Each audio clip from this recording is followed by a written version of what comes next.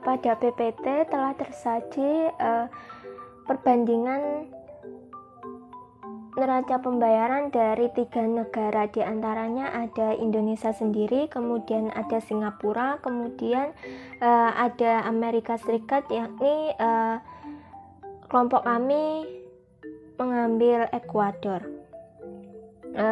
Di PPT disajikan tabel yang menyajikan neraca pembayaran dari 3 negara tersebut, yakni ada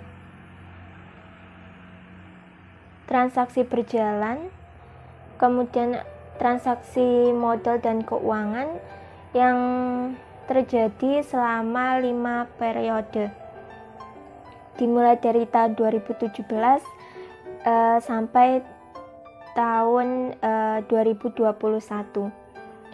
Pada tahun 2017 di Indonesia sendiri terjadi surplus sebesar 11,6 miliar US dollar. Sedangkan untuk Singapura itu juga terjadi surplus sebesar 11,6 miliar US dollar. Ini tidak terjadi di Ekuador, di mana di Ekuador bukan terjadi surplus tetapi mengalami defisit sebesar 506,533 miliar US dollar. Kemudian untuk tahun 2018 di Indonesia sendiri mengalami defisit, yakni sebesar 7,1 miliar US dollar. Kemudian untuk Singapura ini mengalami surplus sebesar 16,9 miliar US dollar. Sedangkan di Ekuador juga mengalami defisit sebesar 561 miliar US dollar. Untuk tahun 2019 di Indonesia mengalami surplus sebesar 4,7 miliar US dollar. Sedangkan di Singapura terjadi defisit sebesar 11,4 miliar US dollar. Dan untuk Ekuador ini mengalami surplus, mengalami defisit sebesar 506,533 miliar US dollar. Kemudian untuk tahun 2018 di Indonesia sendiri mengalami defisit, yakni sebesar 7,1 miliar US dollar. Kemudian untuk Singapura ini mengalami surplus sebesar 16,9 miliar US dollar. Sedangkan di Ekuador juga mengalami defisit sebesar 561 miliar US dollar. Untuk tahun 2019 di Indonesia mengalami surplus sebesar 4,7 miliar US dollar. Sedangkan di Singapura terjadi defisit sebesar 11,4 miliar US dollar. Dan untuk Ekuador ini mengalami surplus sebesar 26,849 miliar US dollar.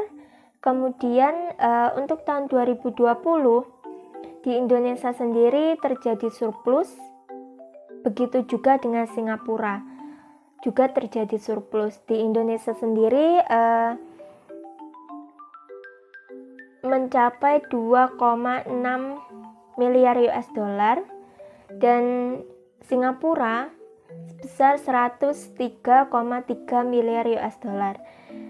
Tetapi di Ekuador pada tahun 2020 mengalami defisit sebesar 3,798 miliar US dollar. Tahun 2021 untuk neraca pembayaran Indonesia terjadi kenaikan sebesar 13, miliar US dollar, yakni surplus, dan untuk Singapura terjadi penurunan, yakni sebesar 88,9 miliar US dollar. Untuk Ekuador pada tahun 2021 datanya tidak ditemukan ya, jadi tidak dimasukkan di dalam tabel di sini. Baik, yang selanjutnya adalah tentang perbandingan pos-pos pada neraca pembayaran di 3 negara, yaitu ada Indonesia, Singapura, serta Ekuador. Pada tahun 2017, Indonesia memiliki saldo barang sebesar 16,814 triliun, sebesar minus 228 triliun pada tahun 2018, 3,508 triliun pada tahun 2019, 28,214 triliun pada tahun 2020, 43,806 triliun pada tahun 2021.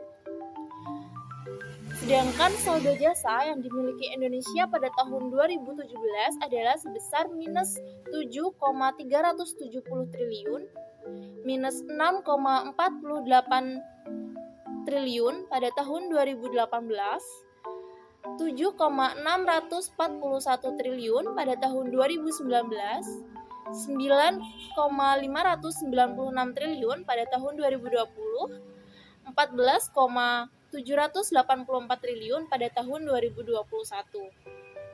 Sedangkan saldo pendapatan primer yang dimiliki pada tahun 2017 adalah minus 32.131 triliun. Di tahun 2018 terdapat saldo pendapatan primer sebesar minus 30,815 triliun, hingga pada tahun 2021 tetap di angka yang minus, yakni minus 31,960 triliun. Sedangkan pada saldo pendapatan sekunder ini berawal dari 4.500 triliun pada tahun 2017 hingga mencapai 6,264 triliun pada tahun 2021. Sedangkan investasi langsung yang dimiliki Indonesia berawal pada 18.502 triliun pada tahun 2017 hingga mencapai 16.486 triliun pada tahun 2021. Nah, untuk portofolionya investasi yang dimiliki Indonesia adalah sebesar 21,50 triliun pada tahun 2017, akan tetapi mengalami penurunan di tahun 2021 yakni sebesar 5,326 triliun. Ini pada portofolio investasi menampilkan bahwa terjadi kondisi yang fluktuatif ya, di mana investasi yang dimiliki Indonesia adalah sebesar 21,50 triliun pada tahun 2017, akan tetapi mengalami penurunan di tahun 2021 yakni sebesar 5,326 triliun. Ini pada portofolio investasi menampilkan bahwa terjadi kondisi yang fluktuatif ya, di mana pada tahun 2017 mengalami nominal yang sangat tinggi, lalu pada tahun 2018 mengalami penurunan dan kenaikan lagi pada tahun 2019. Ini menunjukkan kondisi yang sangat fluktuatif. Yang selanjutnya adalah derivatif keuangan, di mana di sini menunjukkan angka yang cukup fluktuatif juga, di mana berawal dari minus 120 hingga mencapai 333 nih pada tahun 2021. Sedangkan investasi lainnya itu juga cukup fluktuatif juga, di angka minus 10.747, lalu meningkat di tahun 2018 dan menurun lagi dari tahun ke tahun. Selanjutnya adalah neraca pembayaran yang dimiliki oleh Singapura. Terdapat pos-pos yang sama seperti negara Indonesia, akan tetapi terdapat pada tahun 2021 kami kekurangan beberapa data, di mana tidak terdapat data Jadi kami hanya mendapatkan 4 periode saja dimulai dari 2017 hingga 2020. Nah, pada tahun 2017 saldo barang yang dimiliki oleh Singapura ini pada angka 117 triliun. Nah, ini mengalami peningkatan lagi di tahun 2018 mencapai 133,7 triliun. Di angka yang sama pada tahun 2019 dan mengalami sedikit penurunan di tahun 2020 yakni nominal 129,2 triliun. Saldo jasa yang dimiliki oleh Singapura pada tahun 2017 mencapai 8,4 triliun dan mengalami sedikit penurunan cukup fluktuatif dari 8,4 ke 4 triliun dan naik menjadi 7,9 triliun. Kemudian pada tahun 2020 mengalami kenaikan sebesar 20,5 triliun. Baik, yang selanjutnya adalah saldo pendapatan primer, di mana pada tahun 2017 ada angka kecil yakni 15,9 triliun.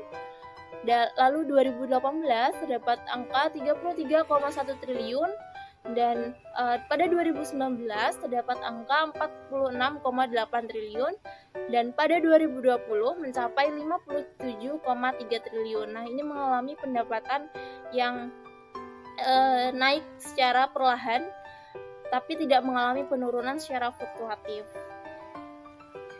Yang selanjutnya adalah saldo pendapatan sekunder, di mana pada 2017 dan 2018 terdapat pendapatan yang sama yakni 8,4 triliun dan mengalami peningkatan pada tahun 2019 yakni sebesar 8,6 triliun dan 9,9 triliun pada tahun 2020. Sedangkan investasi langsung yang dimiliki oleh Singapura ini juga mengalami peningkatan yang mulai tahun 2017 itu angka 53,8 triliun hingga mencapai 76 triliun pada tahun 2020.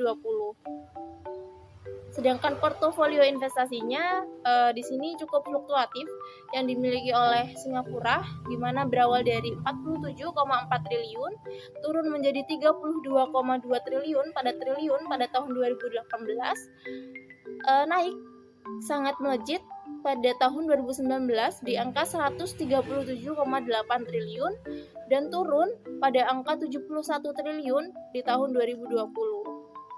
Nah, ini menunjukkan angka yang cukup fluktuatif ya. Jadi perlu diperhatikan lagi untuk portofolio investasi ini. Yang selanjutnya adalah derivatif keuangan. Derivatif keuangan ini menunjukkan bahwa terdapat angka yang naik turun yakni dimulai dari 18,7 triliun di tahun 2017, lalu naik di 22,5 triliun, lalu turun lagi menjadi 14,1 triliun dan naik menjadi 19,1 triliun. Untuk investasi lainnya yang dimiliki oleh Singapura adalah sebesar 71,6 triliun pada tahun 2017, 73,6 triliun pada tahun 2018 dan turun pada tahun 2019 menjadi 41,6 triliun dan pada tahun 2020 mencapai penurunan lagi yakni 34 triliun gitu. Jadi itulah dari neraca pembayaran yang dimiliki oleh Singapura. Yang selanjutnya adalah negara Ekuador, tentang neraca pembayaran Ekuador. Nah, pada tahun 2017, Ekuador memiliki saldo barang dan jasa sebesar minus 492.712 US dollar. Dan pada tahun 2018 terdapat penurunan lagi yakni minus 888,343.000 US dollar. Pada tahun 2019 mengalami peningkatan yakni 227.854 US dollar. Dan pada tahun 2020 terdapat 2.396.000 US dollar. Nah, sedangkan saldo pendapatan primer ini cukup menjadi sorotan ya, yakni ada banyak minus dari tahun ke tahun, yakni pada tahun 2017 itu terdapat minus 2M, pada tahun 2018 terdapat minus 3M, sama dengan tahun 2019, yakni ada minus 3M dan juga 2020. Jadi memang flat ya untuk saldo pendapatan primer yang dimiliki Ekuador ini. Untuk saldo pendapatan sekunder yang dimiliki oleh Ekuador ini pada tahun 2017 dan 2018 menunjukkan nominal yang sama, yakni 1,49 triliun, dan pada tahun 2019 menjadi 1,16 triliun, dan pada tahun 2020 mencapai nominal 4 miliar US dollar. Nah, kemudian ada investasi langsung yang dimiliki oleh Ekuador, yakni sebesar 0,604 US dollar. Pada tahun 2018, 1,291 US dollar. Pada tahun 2019 terdapat 0,901 US dollar dan 1,164 US dollar pada tahun 2020. Portofolio investasi yang dimiliki Ekuador meliputi minus 6,5 US dollar pada tahun 2017, yakni selanjutnya ada minus 2,629 US dollar pada tahun 2018. Terdapat pula pada tahun 2019 masih minus, yakni 2,21 US dollar, dan pada tahun 2020 terdapat nominal 1,304 US dollar. Nah, itulah neraca pembayaran yang dimiliki oleh negara Ekuador tentang saldo barang dan jasa, saldo pendapatan primer, saldo pendapatan sekunder, investasi langsung, serta portofolio investasi.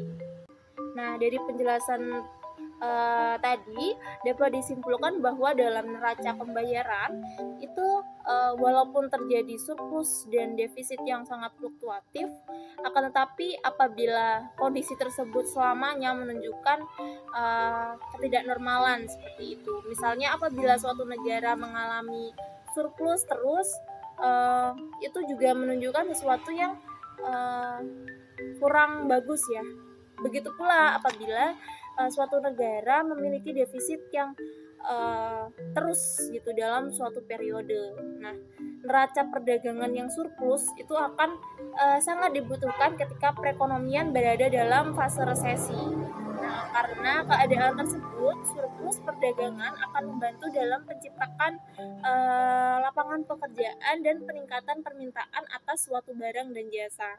Nah, sedangkan defisit perdagangan itu akan sangat dibutuhkan ketika ekonomi suatu negara dalam keadaan yang ekspansi seperti itu. Karena di saat yang seperti itu, jumlah barang yang akan diimpor itu akan semakin banyak, namun harganya tetap rendah karena banyak persaingan usaha.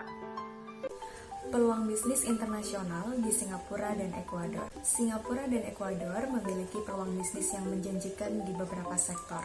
Di Singapura sendiri, peluang bisnis yang menjanjikan adalah di sektor infrastruktur, agribisnis, dan industri digital. Seperti yang telah diketahui, Singapura secara konsisten menjadi investor asing terbesar di Indonesia.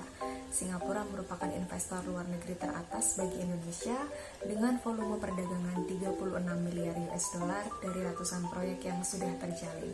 Hubungan bilateral yang terjalin erat membuat kedua negara memiliki hubungan bisnis yang baik pula satu sama lain. Beberapa peluang bisnis menjanjikan di Singapura diantaranya sektor infrastruktur. Singapura merupakan lintasan perdagangan dunia. Oleh sebab itu, Singapura memiliki peluang untuk mengembangkan sektor infrastruktur dengan melakukan pembangunan jembatan Batam hingga Bintan sepanjang 6,4 km pada tahun 2022. Jembatan ini akan memudahkan pelaku usaha di Bintan untuk mengirimkan produk pertaniannya ke Batam dan diekspor ke Singapura atau ke negara lain. Pembangunan jembatan ini diharapkan akan meningkatkan konektivitas dari Bintan dan Batam ke Singapura dan sebaliknya. Dengan pembangunan ini, Indonesia juga akan diuntungkan untuk memiliki jalur ekspor yang lebih mudah ke negara lain, khususnya ke Singapura itu sendiri. Sektor agribisnis. Terkait agribisnis, Singapura dan Indonesia berfokus pada komitmen untuk mengembangkan kerjasama dalam pertanian dan hasil laut. Berdasarkan target Singapura 30 by 30, yaitu memenuhi sendiri kebutuhan gizi 30% pada tahun 2030.